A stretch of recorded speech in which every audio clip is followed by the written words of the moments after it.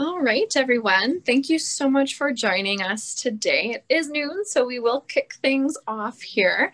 My name is Catherine. I am the secretary of the Goldmind project. We also have Andrew and Allison here as well. Andrew is our president and Allison is our VP. We thank you all for joining us. We should have a lot of people here attending the session today, which we're very, very excited about, and we're very excited to have our special guests here, Ellisa Monk and Daniel Cherry. They'll be presenting some really great content for us today in regards to finding your way back and re-entering the workforce. So I will let you know that we are going to be recording the session, which we'll make available to everyone via YouTube. We'll also be following up with some extra content as well, like salary guides. And I wanted to also let you know as well, they'll be presenting for us, and at the very end we'll have our questions. And I would encourage you to use the chat function to send any questions that you happen to have, so that we can ask Ellisa and Dan those questions at the end. So without further ado, I'll pass it over to the lovely folks here from Hayes. Thanks so much, Catherine. What a lovely introduction. And thanks very much for having us today. We really appreciate the invite. So today we are going to be discussing the topic, finding your way back and how to re-enter the workforce successfully. We are going to go through some introductions, but just to give you a bit of an overview of the topics that we're going to cover. We're first of all going to talk about adjusting your mindset for success, applying for jobs in today's world, preparing for interviews, re-entering the workforce, and as Catherine said, some questions at the end. So some of you I may have met with before. I've done an event for the Goldmind project previously, but to introduce myself, so I'm the director of our central region for Hayes. I've worked for the business for 14 years, spent the last 10 in Calgary. I'm a citizen. I've got family here now. I've got 2 little kids that are very Canadian, and Calgary is definitely home. Well, actually Cochrane is, but Calgary is definitely where the office is. I look after our Edmonton, Winnipeg and Calgary branches, and my job there now is to essentially make sure our clients and our candidates receive a great service from the consultants that work for us, and to make sure that our consultants have everything that they need to be successful in the job. Dan, over to you.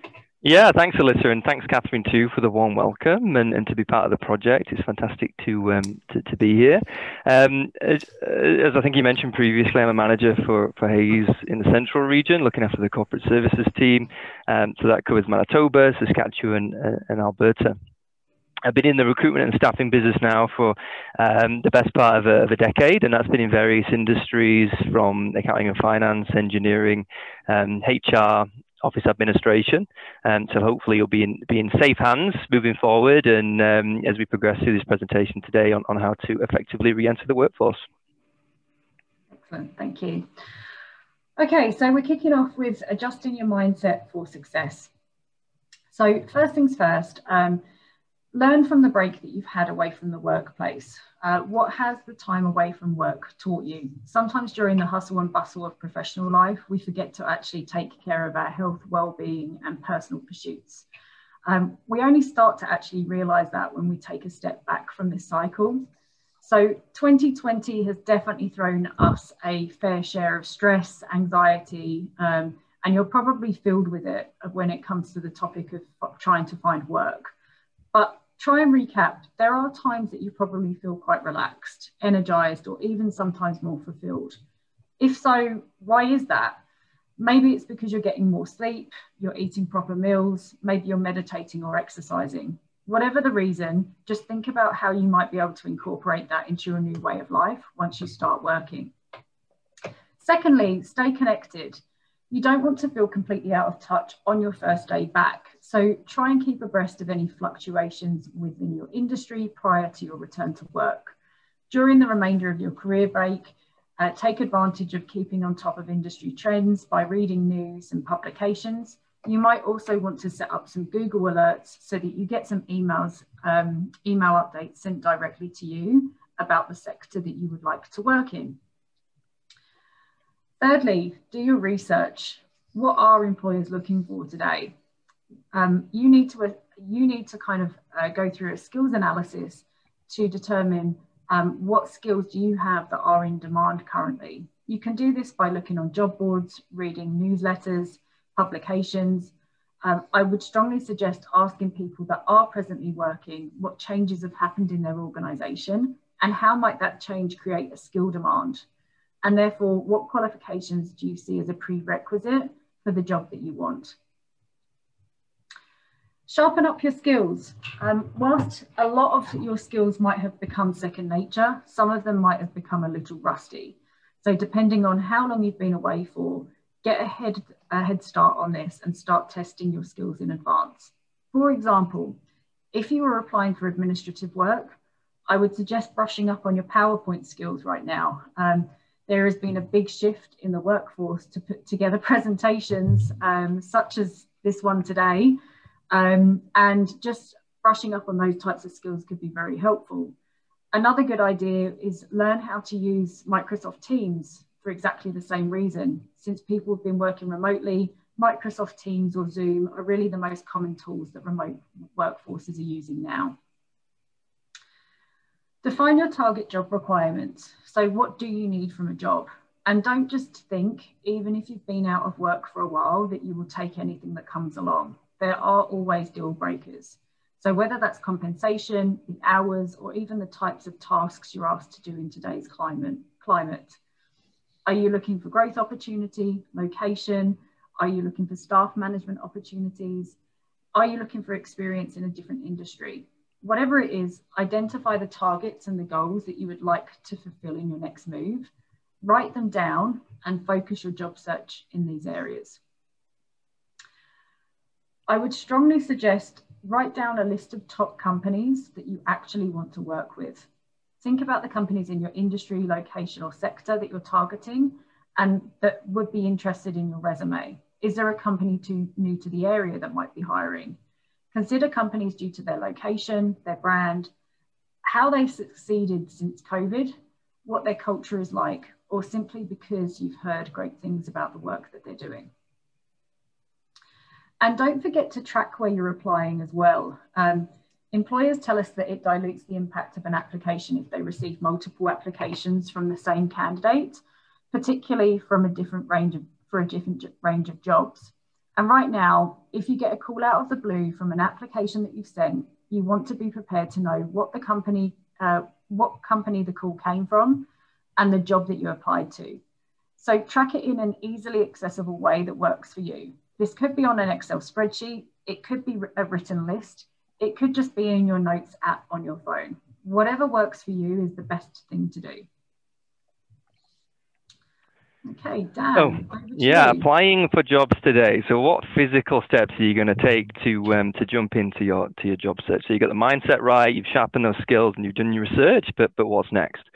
So a great place to start, an obvious one and a really, really effective one is, of course, the resume. Let's start with the layout first. The first step is to get your layout right. It should be clean and structured. It shouldn't look messy, and it doesn't need a fancy font or design. Keep it simple. Plenty of white space, and stick to black and white. My suggestion on font is Arial 10, as it's a font that's easy to read and looks tidy. It's as simple as that. Most resumes should be 2 pages. There are a few industries with different expectations, such as IT or medical, perhaps. But in general, you should be able to fit everything on those 2 pages. And please don't forget your contact information. Should be at the top, very, very clear. And please double check that it's accurate. We often find that candidates have incorrect contact information on their resume. And it does then prove very, very difficult, if not impossible, to get a hold of them. This can obviously make or break an application very, very quickly. Once you've got the layout right, it's all about the content. So in terms of the content, you want to introduce yourself in 1 or 2 sentences initially. And this is the part that will really hook the reader in. Why should an employer hire you? What's your value proposition? Or in other words, what's the value that you can bring to the employer in the short, mid to longer terms? Then you want to include your key skills. And I would be specific here. Some examples might be perhaps software you've used, the size of the team you've managed perhaps, strengths in certain systems, processes, or even training that you've done previously. Then you want to move on to your work experience, and I would use reverse chronological order, so the most recent at the top. Include your responsibilities, achievements, and results, but try and be succinct, and also try and use quantitative information where appropriate, so facts and figures. Appreciate this doesn't go across all different industries, but where you can, it really, really helps. I would also suggest, a real key tip is maybe, depending on what types of job titles or industries you're looking at, actually create 2 or 3 resumes, depending on the role. So you can send quickly the most relevant resume to the hiring manager. Next slide, Ellisa, please. So this is a good example. I'm not suggesting there's a one-size-fits-all on resumes. So this is just a visual example of what it might look like. There are different acceptable formats, and I really don't think this is the only option at all. But it should be clean, just as this one is, emphasizing the right skills and your most recent experience first. If your job requires specific qualifications, for example, a CPA within the finance sector, then they can go on the first page. Otherwise, I would recommend all education to actually go on page 2.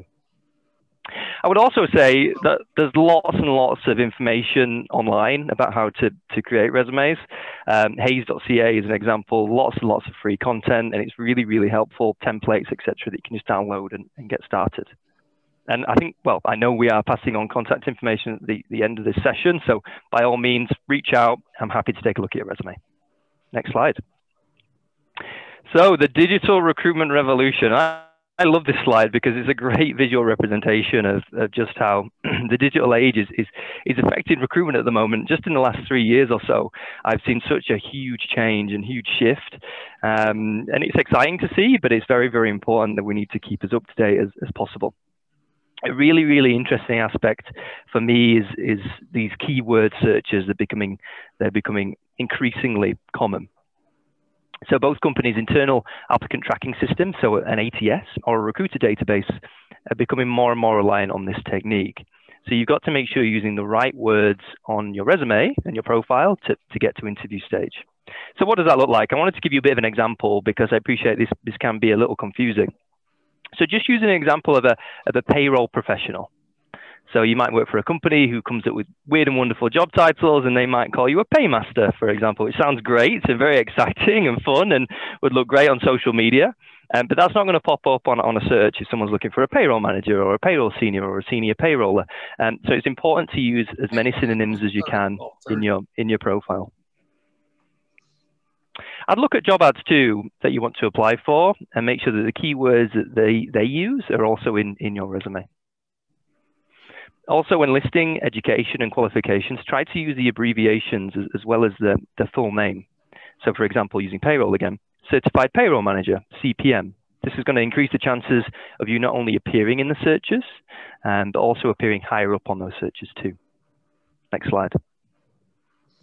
So social media, this is a huge topic and one that's definitely up for debate. So I probably won't touch everything about social media, but whether you like it or not, it can definitely help you find a job at the moment. But if you're not careful, it can also seriously hinder your chances.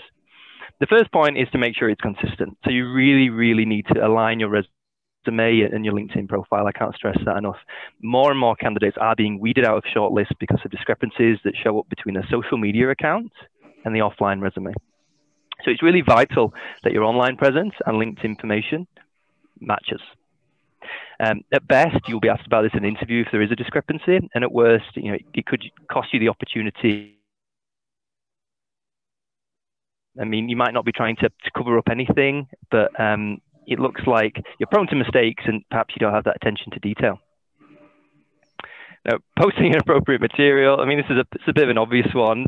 Privacy settings have come a really long way, but it's always safest to assume that anything you post online is accessible by recruiters. If you don't want your new boss to see it, then don't post it. It's as simple as that. That's what I'd go for. It can also be used in a really positive light, though. For example, if you had an Instagram account, you could put on there, you could show your passion for the industry, sector, or related interests to your job, perhaps attending trade shows, events, or networking groups. And what a fantastic way to make a great first impression if your boss does give you your new potential boss gives you a bit of a Google before the interview and sees that on an Instagram account. Of course, LinkedIn is the majority of the professional social media piece. So it's really important that you do make relevant connections, you join those relative groups, and share relevant updates when needed. So posting during work hours, this is not something really that I'd even thought of until we had a couple of circumstances here in the office. If you do go for an interview, and for example, if you are currently working, it's very likely that potential hiring manager would know what your circumstances are. So if they have a look on your social media and you're posting throughout the working day, that's a bad impression. And it could perhaps mean that you don't have the right focus they're looking for and could cost you the opportunity.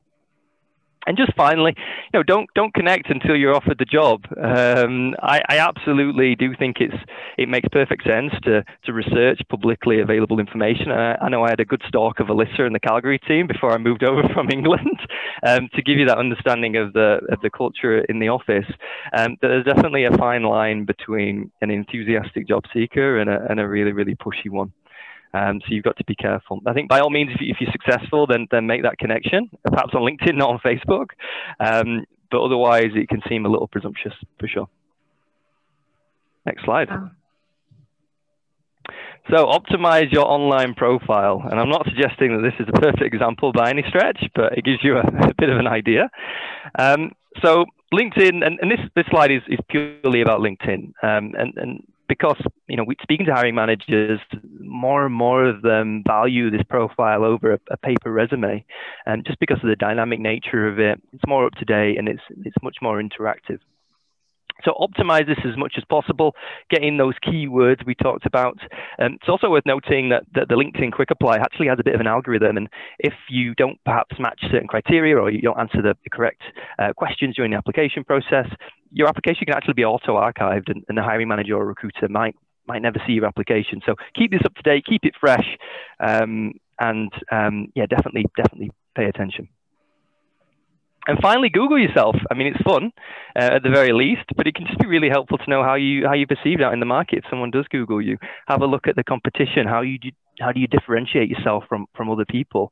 LinkedIn has a really easy publisher option now where you can write your own blogs, and I definitely recommend that. Next slide. So I know I've spoken in detail about the online presence, and that is because it's becoming more and more important. It really is key. But this is really how everything ties together here. So the digital profile should all be about showing your experience holistically. You can paint the full picture if you like, and also show a little bit of personality and career and accomplishments. You get down to the printed resume. This is more specific and targeted. Employers won't read pages and pages at this point, so you have to be more specific. As we said, 2 pages. And then finally, in person, how that, you have to keep that consistency when you meet with a potential hiring manager, and don't be afraid to sell yourself and your experiences. I'm sure Ellisa will go on to talk about now. Thanks, Dan. Okay, so on to preparing for interviews. It's safe to say that interviews have changed a little bit recently, so hopefully you will find this fairly relevant. So the one thing that hasn't changed is, number one, do your research before you get the opportunity for the interview. So what do you need to know beforehand? Research is critical for making the most of an interview. So number one, look at the interviewer. Just as Dan said, he researched me, maybe a bit overboard, but that's okay. But in terms of the professional way to do it, do you have any shared connections with that person on LinkedIn? Check their profile, read it from start to finish. You absolutely Google them. But really no Facebook stalking, like asking a question in an interview for the first time you meet them, such as, how was your vacation to Cuba last year, is not likely to endear you to them. So be careful of that. From a company standpoint, has the company been in the news recently? Have they won any industry awards? Has there been a merger or an acquisition? What are the company's core values? Make sure to drop this knowledge of this information into the conversation when you have the chance to meet. Research information about the industry or the project that you're going to work on. So what do you know about their industry sector and how do they operate? Have there been any hiccups or issues in that industry recently? Has there been any developments in the sector that could impact the way that work is done, or any recent regulatory changes as well? And finally, this might seem a bit basic, but it is the stuff that trips people up. If you can visit the location of the interview beforehand, if it's a face-to-face interview, then please go ahead and do that. And make sure that you're there no more than 10 minutes early to your interview. And if there's a video interview, test the link the day before the interview. And we'll go into that in a bit more detail in a minute. Okay, so now you know the basics about the interviewer and the company. You need to start preparing the answers to your questions, or the questions that you can expect. So in a world where ED&I is becoming a huge influence on how interviews are being conducted, it's important to prepare for the types of questions that you are now typically asked by interviewers. Interviewers are now tasked with assessing your skill set and behaviours, now more than ever, and are focused on determining if you are the best match for the job at hand. Interviewers are asking more competency style questions, such as STAR, and STAR is a way of structuring answers. So it stands for situation, task, action, and result. Anytime you're answering a question, try and fit your answer into that kind of format. Use real world examples, prepare real world examples, and your interviewer ultimately wants to know how you react to situations, and he or she wants to see how you think. So as an example, if they ask you a question such as, give me an example of a time where you've had to motivate people, structure your answer in a way to say, the situation was, last year, the company implemented a new accounting software which incorporated a payroll function. The implementation required the team to be involved in the transfer of data, which meant a lot of data entry, and the system itself was not functioning smoothly, which created a lot of frustration in the team. The task, when I saw this happening, was that I realized that to get through this project, we needed to start to pull together and change our attitude.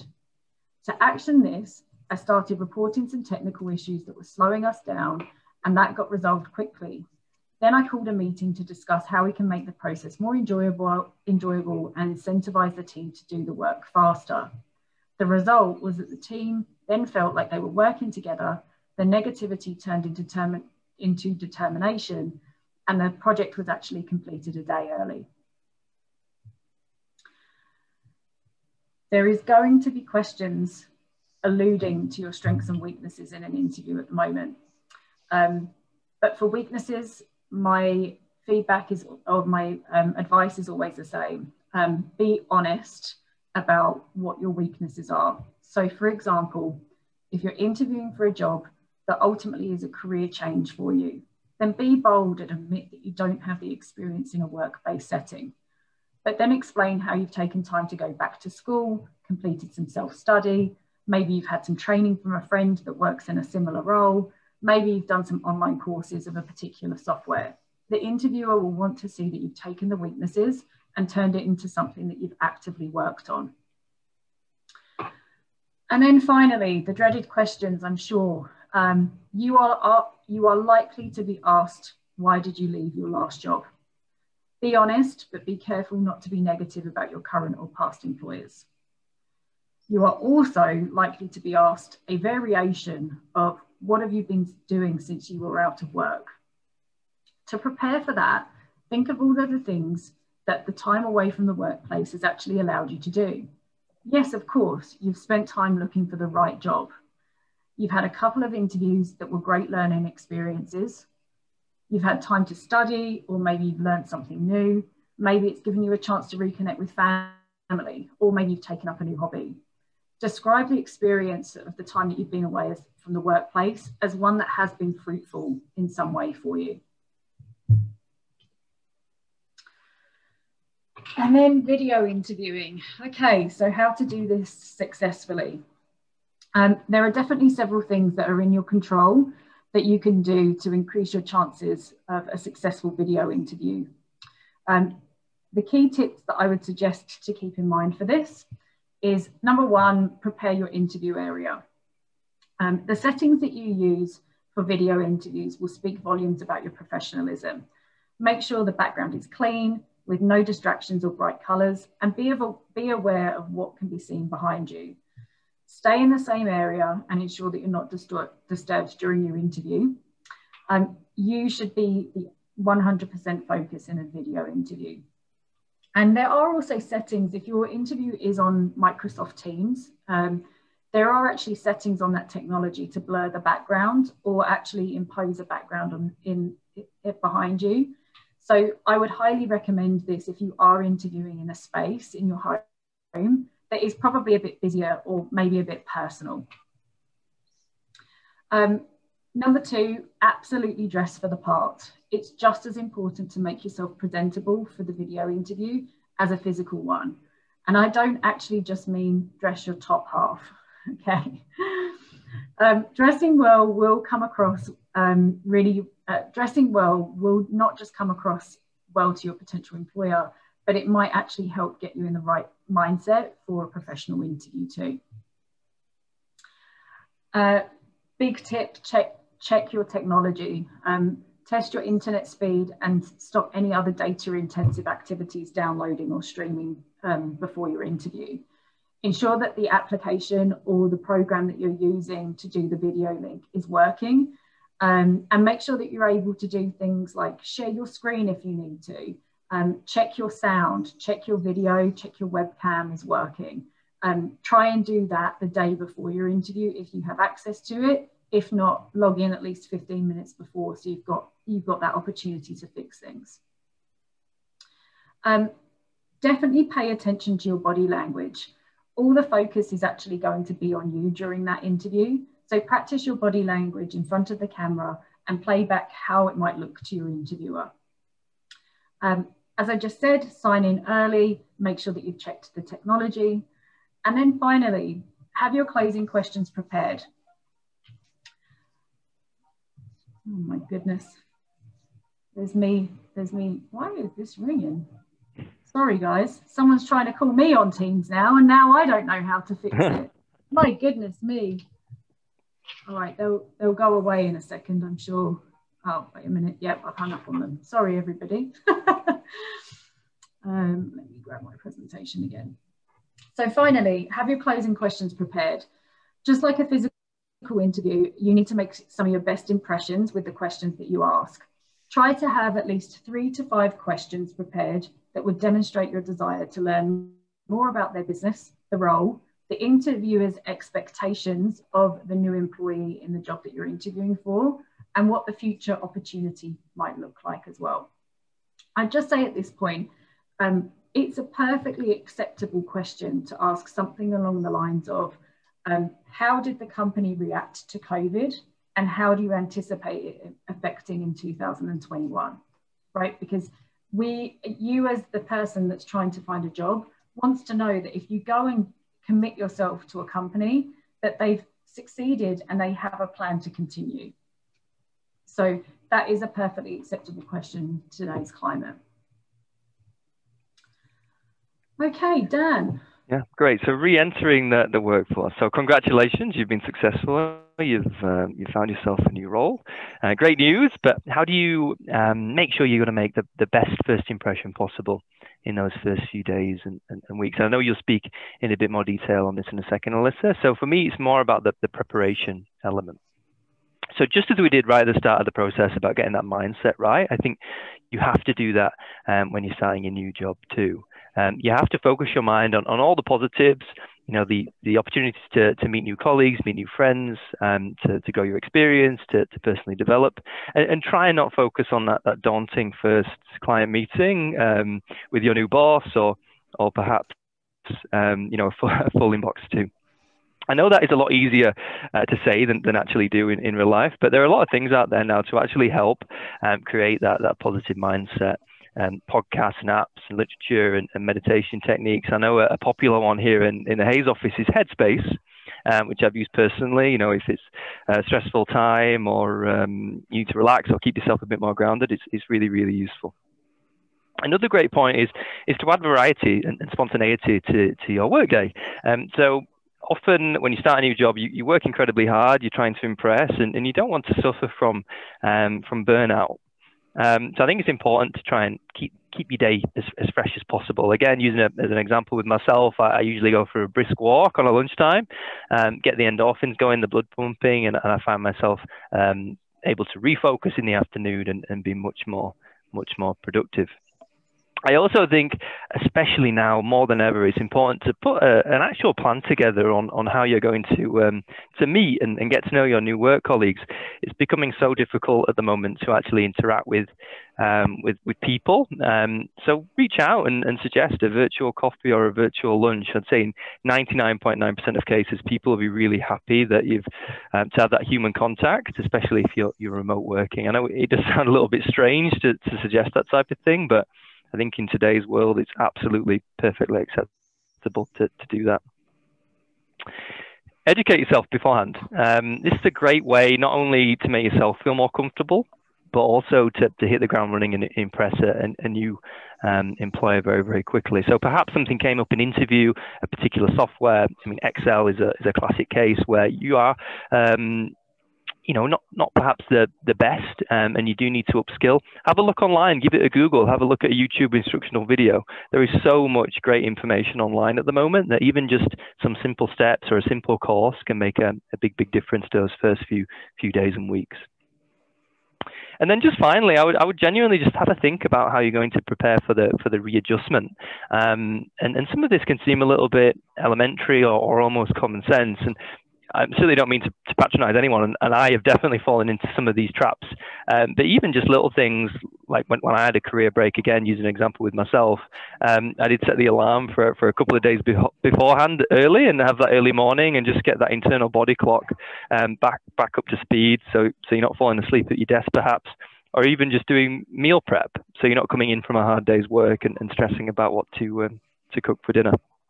Just to wrap up, and again, I know Ellisa will speak in a bit more detail about re-entering the workforce. I just think it's really, really important to really take this whole period of starting a new job into your own hands. This really is when the hard work starts, and you should do everything possible to try and hit the ground running as quickly as possible. Okay, and so you prepared for your first day. You've made it to the office or the virtual office, however it looks today. But now you actually have the daunting task of onboarding and passing your probation. It is a daunting concept, but it's not just about proving your worth to the employer. The job also needs to live up to your expectations too. The good news is there are things that you can do in your first few days, weeks, and months on the job that will actually help you assess if the job is right for you. It will help you integrate, build good relationships, and demonstrate your skills and abilities. So my first top tip would be make a great first impression. How do you do that? Make sure that you look the part as well as play the part. Be enthusiastic, display positive body language, work on your approachability. It's a good idea to dress smartly too, even for video calls. It will demonstrate that you take yourself seriously and that you are serious about the job. And pay attention to your timekeeping. Again, it might sound a little bit elementary too, but arriving a little bit earlier for the working day, if you're going into the office, or arrive a little bit earlier for scheduled meetings. And please just make sure that you're prepared. Nowadays, there is so much homework to do before you attend a meeting. So make sure that you read through the calendar invite notes, look for emails that you've received referencing that meeting too. It's really important that you have all of your facts and your preparation done before your meetings. Finally, avoid self-sabotaging behaviours. So what I mean by that is being late or absent during your probation period, especially in the first couple of weeks. I would just say though, if you do have genuine reasons which you can't help, be upfront and talk to your manager about them. Managers right now are more understanding of personal situations than they ever have been before. So do your best to keep them informed and updated on circumstances so you and your manager can both feel okay about the situation and be able to move forward together. Measure your progress. So this is a pretty big topic. So my first suggestion on this is when you start your job, read through your job description again. Read through the organisation's probation policy thoroughly and have a look at any other internal documents, process documents, etc., that you have access to. This will actually help you clarify what will be expected of you during your probation period. Then make sure that you sit down with your manager and set some SMART goals. So SMART means specific, measurable, attainable, results, and timeframe, or relevant and timeframe, I should say. These will help you focus on the objectives that you need to meet and pass your probation period and be able to measure your progress towards them. But try and remember to be proactive. Don't wait for other people to tell you how you're doing, and don't wait for your manager to call the meeting to discuss setting your goals. If that doesn't happen, take control yourself. Set out to seek feedback from your team members on your performance and what they've perceived of you. And also arrange, like you are more than capable of arranging regular one-on-ones with your manager to check in with somebody and make sure that you and that person are actually aligned with your progress. It can also be really helpful to keep a journal to record your development and jot down challenges that you face and what achievements that you've actually accomplished. This will actually enable you to keep track of your progress and pull evidence together to show your manager at the end of your probation review. Thirdly, find opportunities to shine. So you need to become an indispensable member of the team. So do this by holding yourself up to the highest possible standards of work and seek out opportunities that will allow you to go above and beyond expectations. So you could, for example, offer to help out a busy colleague and take on a new task. Perhaps you could volunteer for a project that plays to your personal strengths, or you could use your skills to improve a system or a process that the team use. Helping out your colleagues helping out in a way that makes your colleagues' lives easier will get you noticed for the right reasons, but just make sure that whatever you take on doesn't impact your day-to-day responsibilities. Number 4, build a network. So Dan alluded to this earlier, but you do need to have a strong support network, both inside and outside of your team, to increase your visibility. You'll also find it easier to collaborate, share information, build rapport, and learn about different parts of the organization. If the company, like a lot of companies nowadays do actually have a buddy or a mentoring scheme, but if they don't, take the initiative by making an effort to get to know your colleagues. So doing those virtual lunches or coffees, as Dan mentioned. The number one thing that you don't want to have happen is fail your probation because you didn't take time to connect with people. Part of probation is getting to know you. So work on your interpersonal skills and be friendly, even with more difficult colleagues, I would say. And above all, treat people with respect, try and avoid gossip and any kind of office politics that you get dragged into. Number 5, consider the bigger picture. So keep yourself motivated through your probation period by focusing on what ultimately you want to achieve in your career. Where do you see yourself in the short, medium or long term? How will the challenges that you face during that trial period help you get there? Think about the skills that you need to achieve your career goals. You might be afraid to admit the gaps in your knowledge while on probation for fear of looking incompetent. But asking questions, participating in the on-the-job training, and be proactive about your own personal development will actually get your skills up to code quickly and peg you in your manager's eyes as a real go-getter. And number 6, look after yourself. Being on probation can be one of the most stressful parts of the job.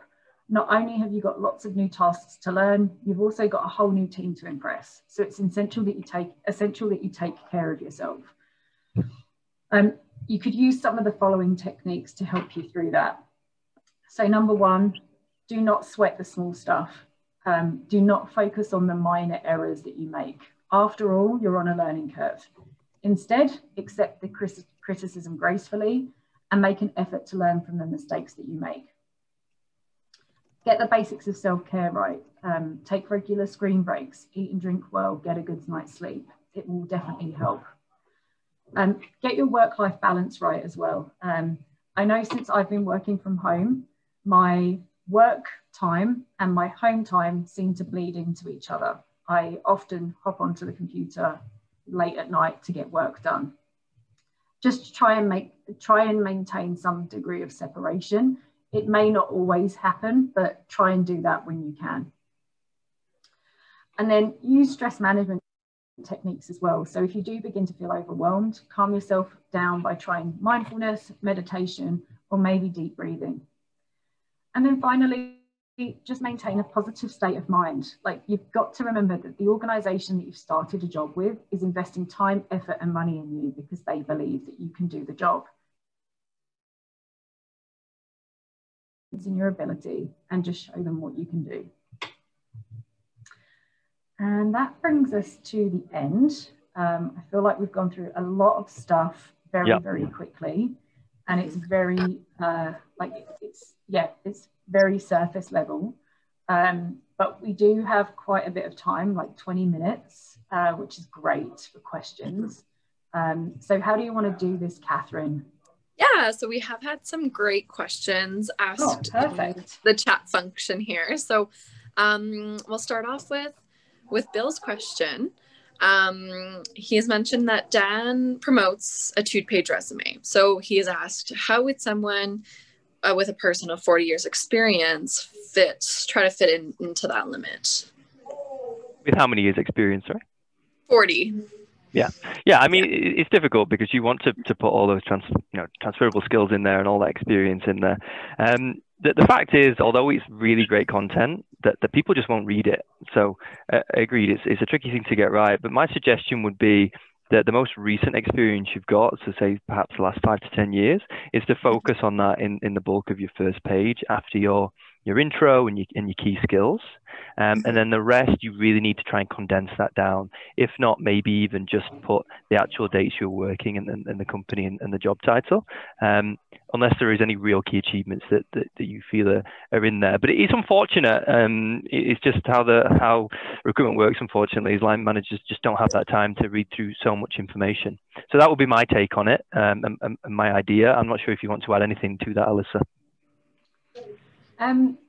Yeah, like I think the key is highlight the most relevant experience, right? So for instance, if you were applying for a job as a project manager and it was a project manager on a particular type of project, okay, you may have 40 years of experience managing projects, but just try and put in content related to just the projects that would be applicable. Okay, so like what I'm trying to say is relate it as closely as you possibly can to the job description that you're applying for, and provide content in your resume that lends itself to that. Okay, absolutely avoid doing though at all costs is leaving jobs out or bending dates, right? To make it look like, you know, maybe you've taken out a job, but you're trying to make your employment history look consistent. The best thing that you can do is just be upfront and honest with the places that you've worked in the chronological order that you've worked them in, and just pick and choose the content within those jobs that you slot into the resume. So hope that answers your question, Bill. It's a hard one for sure. Yeah, I mean, just on that point as well, I mean, you kind of did mention it here, but and I know someone in the chat box also has said this, but tailoring specific resumes to jobs genuinely, you know, does work. Obviously, you can't misrepresent, but if you do have an opportunity to apply to a job and you have the time to make a resume for that particular role, you know, I would take that time out to do that, and that might help you cut and change what you actually put in there as content. We have another similar question. What are your thoughts on having a functional resume versus chronological? It's very hard, in my opinion, to like as somebody that reviews high volumes of resumes, and I know I'm not alone in that. I think even our clients and companies that are hiring have this same challenge.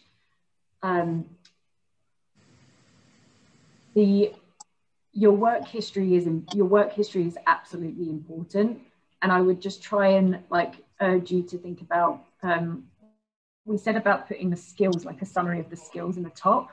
If you're really focused on putting some kind of functional knowledge in there, I would say condense it as much as you possibly can to like 4 or 5 bullet points at the beginning of your resume to kind of highlight some key areas of experience that you have.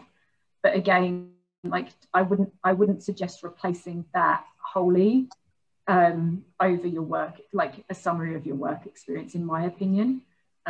Catherine, you might have a different opinion thinking about it, because you review these things all day, every day from a client perspective. What's your thoughts on it? Yeah, so for those of you who may not know, I do work at Olympia Financial. I'm their HR generalist here. And I would definitely agree with many of the points that both you, Ellisa, and Dan made. I know it gets kind of tough when you're trying to decide, what to include and what not to include. But I would also say, I do view every single or look people up on LinkedIn as well. And that may be a great place to have a more full resume where you can actually list all of your work experience, which then kind of gives that recruiter a moment to be able to say, okay, well, this is the skills and experience that they believed was relevant. And it says, this is your LinkedIn page that kind of fills in some of those gaps should you want to learn more, right? So I think you definitely have that opportunity there as well. And it's really important if you should choose to put your LinkedIn profile on your resume as well, so that the recruiter can simply click the link and open that up there.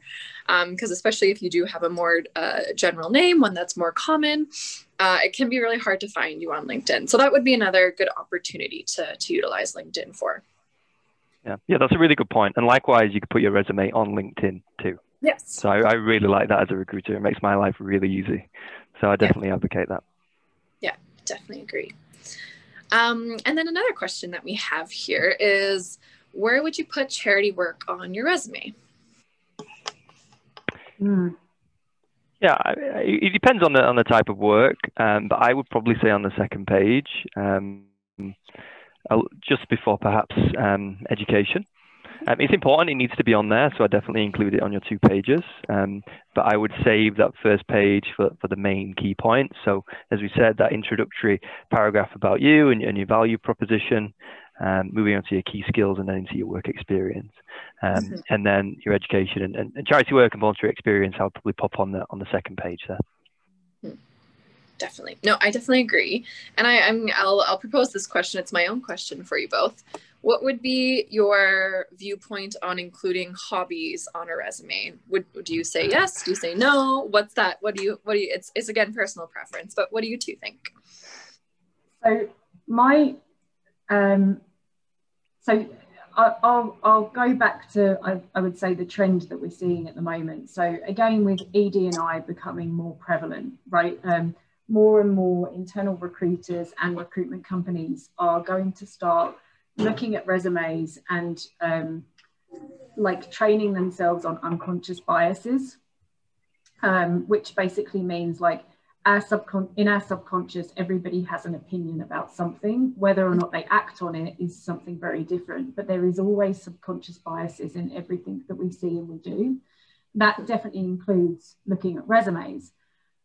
So recruiters and internal recruiters and HR teams are doing more and more of that training to try and, I guess, be more aware of their unconscious biases. But I would also say with ED&I as well, it's actually allowing, or it's emphasizing the need to look at the skills and the work experience. And just taking that information to decide whether or not the person is going to move on to an interview. Okay, so things like hobbies and that added information on your resume, I personally think is going to become far less relevant to put on there, because recruiters and hiring managers shouldn't be taking that into consideration when they're deciding whether or not to contact you about the next stage of the process. But like 10 years ago, that was a very different piece of advice. You know, people were encouraged to put that stuff on their resumes, right? But I would say for people that really want to be considered based on the skill sets, it's a good thing that it's moving towards this situation. And I would say there's definitely less of a need to put that stuff on the resume now. Absolutely. And then another good question was, what are some really great closing questions to ask at the end of an interview? Okay, so I'll tell you the ones, maybe I'll start with the ones not to ask. Okay, that sounds good.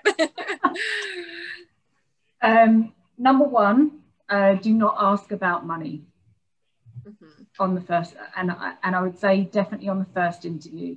It may be something that you come up if you've had the opportunity to meet with the person for the second or the third time. That might be a closing question and probably acceptable if the temperature feels okay. But absolutely do not ask about money in the first interview. The other thing I would say is do not ask about hours. And try to avoid questions that would pertain to what's in it for me to come and work here. Okay. Your closing questions should be things that would demonstrate an interest in the company, the job, and the opportunity, right? So, so I think I mentioned one earlier, like a very acceptable closing question, I would say, is asking about like their reaction to COVID, how their company was able to continue to be viable, what the plans are for 2021 to implement COVID strategies in either the products or the services that they sell. Okay, but then it can be things like, I understand from the job description that the job is X, Y, and Z. How might somebody who's successful in that job progress through the organization, right? Another great question to ask is, in your experience of people that have done this job in the past, what skills or behaviors have they brought to the table that have made them successful? Right, so you'll learn, like, it's questions that you're asking, like I said, to learn more about the company, the job, the opportunity, and maybe, actually I didn't cover this, but maybe even the interviewer themselves.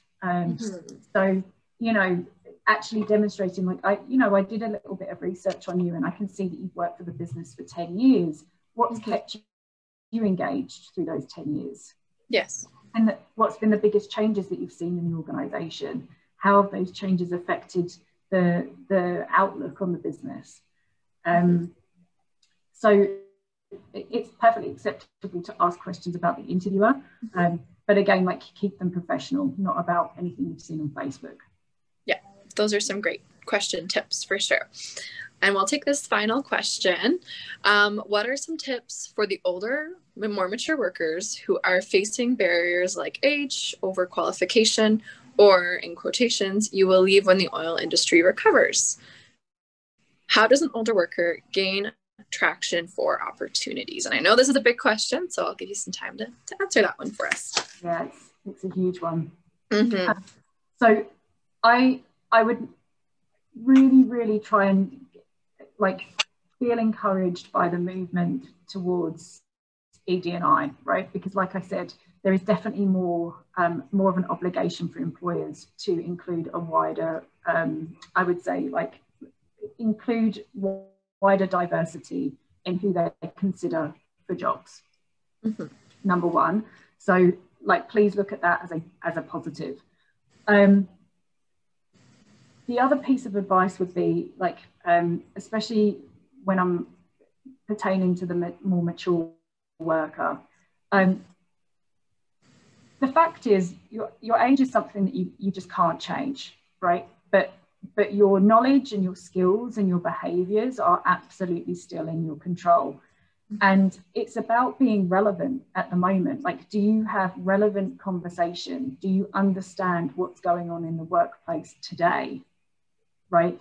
And it is things like software is always the biggest challenge, always. Like, whenever we have these conversations with clients in the past, it's like, yeah, but does that person understand that software? Or they've been out of the workforce for a while, so they've probably not got the updated version of X, Y, and Z.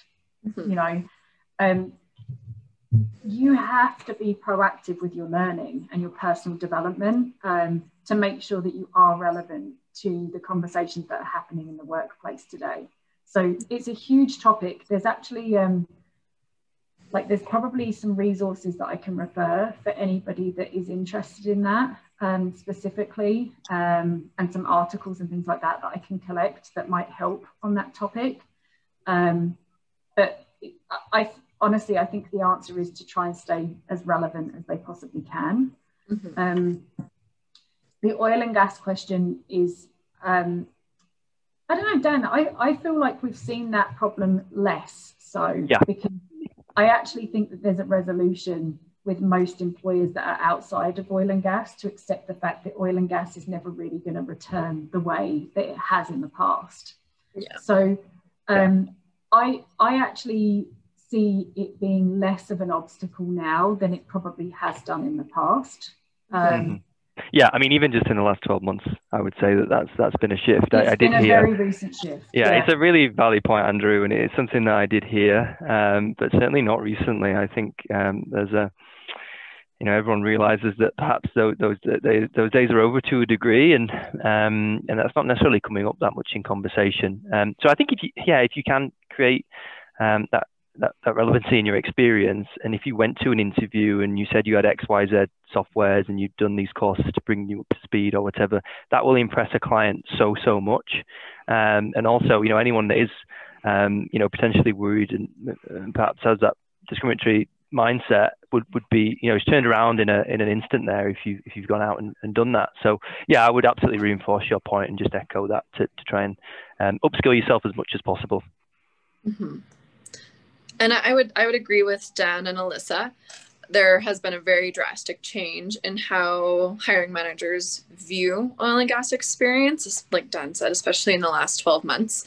I mean, I've seen it, even in the last 3 years where I've been hiring folks, and it's just completely, like Ellisa said, it doesn't look like oil and gas will ever really truly return as it had. So, and due to COVID, the mass layoffs that have occurred as well. This is a time period of pivoting. That's my new word. You just pivot. There's new changes every day. So yeah, I think a lot of those biases will start to decrease even more rapidly in the next coming months here. I think that on that subject as well, it's important that the employer sees you as a person and can empathize with the fact that maybe you've lived in Calgary for X number of years. You've built up relationships. Your family lives here. And what you want to do is be able to find a job and a career that will actually help sustain you continuing to build your life locally here. And it's important that employers understand your long-term view. Are you going to be here for the long term? What's your commitment level? Because I think when they see people as a person rather than just, a resume, you've got oil and gas experience, you've got potentially more chance to turn that opinion around. But I would just say there's definitely more, or we're hearing that objection far less than we ever have done. Definitely. Right now, if that gives anybody any hope. Excellent. No, I think that's great advice. And I think that's a wonderful thing to point out as you're at the end of the tunnel, that bias should be, resolving here on its own, which is good. To keep mindful of our time here, we'll wrap up any other questions that we have. I see some really great ones floating in. I would definitely encourage you to reach out to Ellisa, Dan, even myself. I'm definitely happy to answer any questions that you might have, whether it's via LinkedIn or the contact information that they've provided for us here today. But yes, with that, without further ado, thank you, Dan. Thank you, Ellisa, for your time today. Thank you for your time putting together this presentation and being able to speak to the folks that are here today. Also, a special thanks to the Goldmind Project and the wonderful volunteers that we have on board who make these events possible for everybody. So yes. Thank you too. Thanks, Catherine, the Goldmind Project too. And yeah, it's been a pleasure. Thank you guys. Thanks for having us. Feel free to reach out. Yes, absolutely. All right. Well, thank you so much, everyone. And we'll have a great day. Okay. Bye.